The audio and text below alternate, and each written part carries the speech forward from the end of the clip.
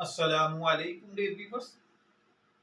हमारा आज का मौजू गुफ्तगू है, क्या जवान भांजी अपने खालू के साथ सफ़र कर सकती है या नहीं। तो देखिए भाइयों और बहनों, इस सवाल को हम इस अंदाज में समझते हैं कि अगर कुछ लोग इकट्ठे सफ़र कर रहे हैं जिसमें नानी, खाला और खालू हैं, तो क्या नवासी और भांजी का जाना इनके साथ जायज़ होगा या नहीं।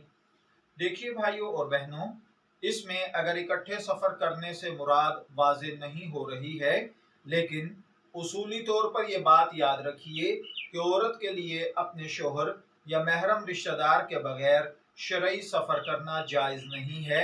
शरई सफ़र की मुसाफत 48 मील जो कि तकरीबन 77 किलोमीटर बनती है। भांजी के लिए इसकी खाला के शोहर महरम नहीं है, लिहाजा महरम के बगैर सफ़र करने की शरन इजाज़त नहीं है।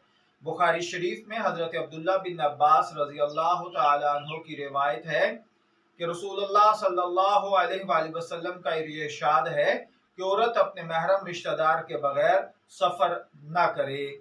बदुआ गो हूँ अल्लाह ताला हमें इन बातों को समझकर इनके मुताबिक अमल करने की तौफीक अता फरमाए।